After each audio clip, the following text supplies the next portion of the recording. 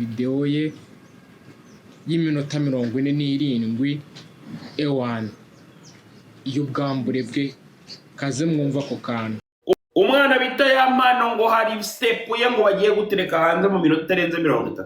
Umwana ngo yaragiye atereka kamera ahantu mu nguni.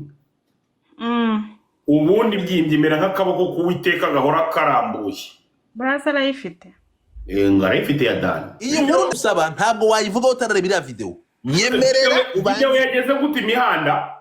Ntabwo video yagera imihanda bari kuzana aba episode kuko ifite iminota 47. Umwana bamubaga ayo masaha. No. Uburetse gato. Iminota 47 papa.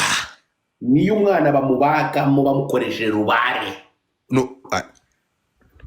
Ntabwo inkuru uraza kuyifiringa ukiri kumva inkuru mbarirano. Nyine ja kusaba.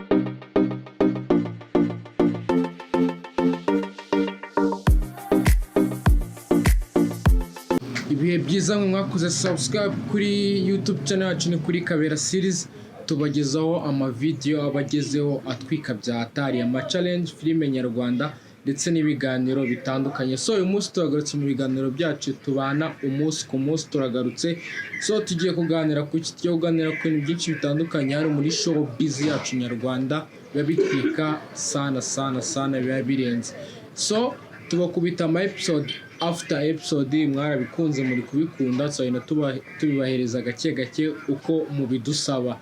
So uyu munsi tugiye kuganira kuki ni inkuru iri trend hano iwacu mu Rwanda iri gutwika ku mbuga nkoranyambaga, ariko mbere ko tubyinjiramo twebwe ikintu tuba tugamije tuza kuvuga ku nkuru tuje gukotinga ku bantu babivuzeho, twumva ikintu abantu babiganiraho muri comment, ariko twebwe tuba tugamije kubaka industry yacu nyarwanda iba itwika byahataye, turwanyamo amacakubiri, ishyari, inzangano ndetse n'ibindi bintu bigenda bivugwa cyane ku mbuga nkoranyambaga kabisa. So uyu munsi turagarutse, mugende murebe n'ibindi biganiro twakoze bimeze neza, birimo biratwika, mu bisupportinge, munabisharinge, mudutwikire sana, mukande subscribe. Uyu munsi tugiye kuganira kuki umunsi tugiye kuganira kwa inkuru iri kuvuga kuri Yampano, umuhanzi mwiza cyane, kariyeri ye imeze neza, utwika bya hatari, ugezweho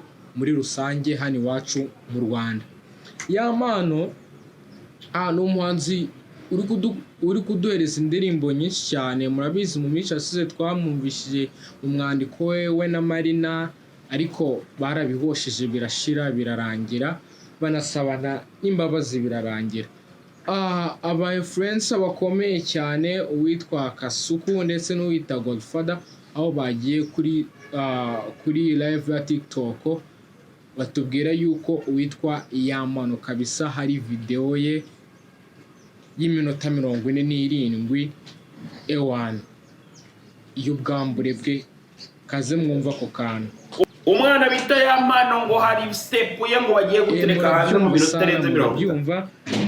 Hano ubwo Kasuku yavuga ngo Yampano kabisa hari video igiye kujya hanze y'iminota 47 irimo iratwika bya hatari ngo y'ubwambure. So muri showbiz nyarwanda harimo ibintu byo gusebanya. Nabonye abantu muri comment bavuga ngo mudutemo twirebere, ariko ntago ari fresh kuvuga urimo urasebya umuhanzi muri rusange, urimo uramwicira kariyeri. Uko mbona abantu bayitegeje ati Yampano dutamo ewana ngo bagiye kuduhereza video y'iminota 47 ewana ngo umwana ngo yakubise hari ya kamera iminota 47, ariko hani ikintu nabonye bikije bavuze ngo Godfather, reka nayo tubanze twumve ikintu yabivuzeho. 47 papa. Niyo umwana bamubaga mu Godfather kabisa yavuze ati biragenda bisohoka mu ma episode iminota 47. Abantu benshi bakunze kuvuga ngo ni planka Yampano agiye gukubita umuziki indirimbo hanze, hari akantu Yampano ari gucreya biravugwa cyane. So ni ibintu nabonye aba influencer cyane bari kugenda babishyigikira hano hanze, ku mbuga nkoranyambaga babitiza umurindi cyane ngo y'amano kabisa ibyiwe bigiye kujya hanze ngo video tugiye kuyoga byatari. Njyewe kuri koce yanjye kuntu mbyumva ntago ari byiza. Icyambere cyo bashaka gusebya umuhanzi y'amano. Ikindi niyo iyo video niyo yaba inahari uyishyira hanze, murabizi ko amategeko yacu y'u Rwanda ari buze kumukurikirana.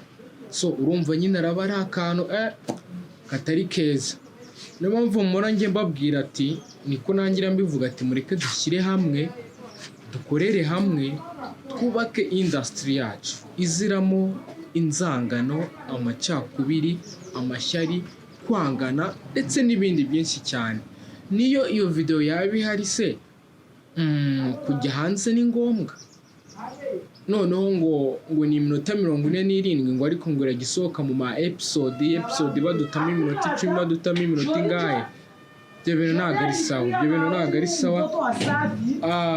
Ni ikinyoma cyakwirakwiye ku mbuga nkoranyambaga, kandi murabizi ko twege hano iwacu mu Rwanda aba-influencer, abanyamakuru n'abandi benshi cyane bamenyereza abanyarwanda kubakubita inkuru z'ibihuha, amatiku, kuko ariyo acuruza. Nabonye ama YouTube channel akomeye hano iwacu mu Rwanda yo kugenda ya-uploading ibyo bintu ati y'amano bagiye kudutamo video y'iminota 47 arimo arabomora. Ibyo bintu ngenyeka ko atari byiza kwica umuhanzi kuriya, urimo uramwica wowe uri gukorera amafaranga. Ntabwo ibyo bintu byakabaye bikwiye cyangwa ari byiza. Twege ikintu bita turi kubaka industry yacu iziramo inzangano ndetse n'ibindi bintu.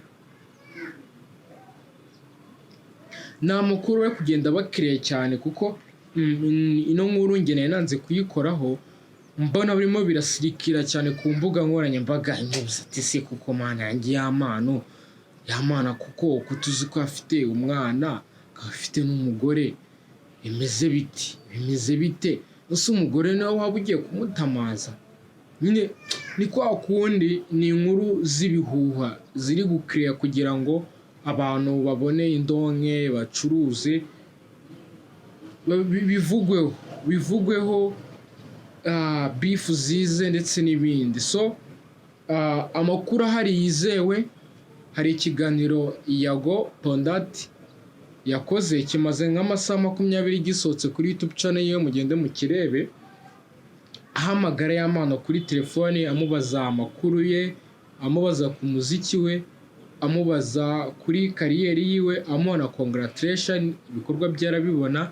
Na n'umuntu wanabishidikanyaho ibikorwa bya y'amano muri iki gihe birivugira cyane kabisa, bimeze neza, arimo aratwika, arimo bahanzi rwose bagezweho muri uyu mujyi wacu cyangwa muri iki gihugu cyacu kabisa, agezweho cyane.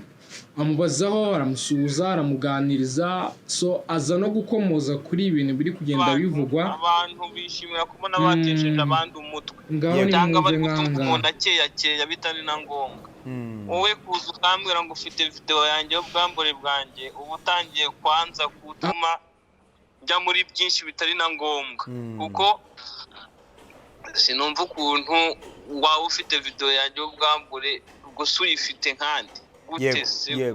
Urumva hano ayimubazaho, arangije y'amano mu magambo yasubizaga yasizemo arababwira ati abo ngabo ni abacanshuro. Dusubiza amaso inyuma gatoya twibukije abacanshuro twabamenye cyane muri Repubulika Iharanira Demokarasi ya Kongo, aho perezida wabo Tshisekedi yari yabakuye muri Romania kugira ngo baze bamurwanire. Abacanshuro ni abantu nyine bo baza baje kwica, nta kintu bitayeho nta na kimwe. So y'amano mu magambo ye yakomeje abwira Yago, amubwira yuko abantu nk'abo ngabo ntabwo babuze muri showbiz yacu. Abantu barwanya abandi, abantu bavuga ibintu bitari byiza, ntabwo babuze muri showbiz. Ngo ariko ikintu cyamubabaje ni nko kubona nk'aba-influencer bakomeye aribo batiza umurindi icyo kinyoma. Abantu muri comment barazabara bayase ya mano iyo video nayihari. Ya mano nawe aravuga ati nawe ubwiwe uko tubyumva nawe nikabyumva, ahubwo ngo ikintu nawe ategereje kwibona iyo video yasohotse, then ubutabera bugakora akazi kabwo. Ni inkuru iri gusikira ku mbuga nkoranyambaga byahatari kugenda ivugwaho n'abantu benshi cyane, bavuga ngo ya mano kabisa ubwambure bwe bugiye gutakara hanze. Ubu ngubwo Yago yakomeje kubimubazaho, ya mano namubwira yuko nyibyo bintu atanabyitayeho cyane, ikimuraje inshinga ni kariyeri ye y'umuziki kandi ni nacyo kintu akunda. Naho ibindi bintu byose by'udupopi tugambo abantu bamuvuga ntabwo ibyo bintu ari byo asize imbere. Nanjye nicyo kintu navuga mbwira ya mano ati abantu baravugwa kandi buriya iyo utavugwa ntabwo uba ukora. Aka kantu kabe nk'umukoro, buriya iyo utavugwa ntabwo uba ukora. Nanone iyo utagenda ntabwo usitara ari uko wagiye. Bino biraza bakabikubwira nk'umuhanzi cyangwa nk'undi uwo ari we wese bikavugwa, ariko birashira ni iby'igihe gito. Ikinyoma gifata intebe, ariko buri ikinyoma kigeraho kigacika, ukuri kukagaragara.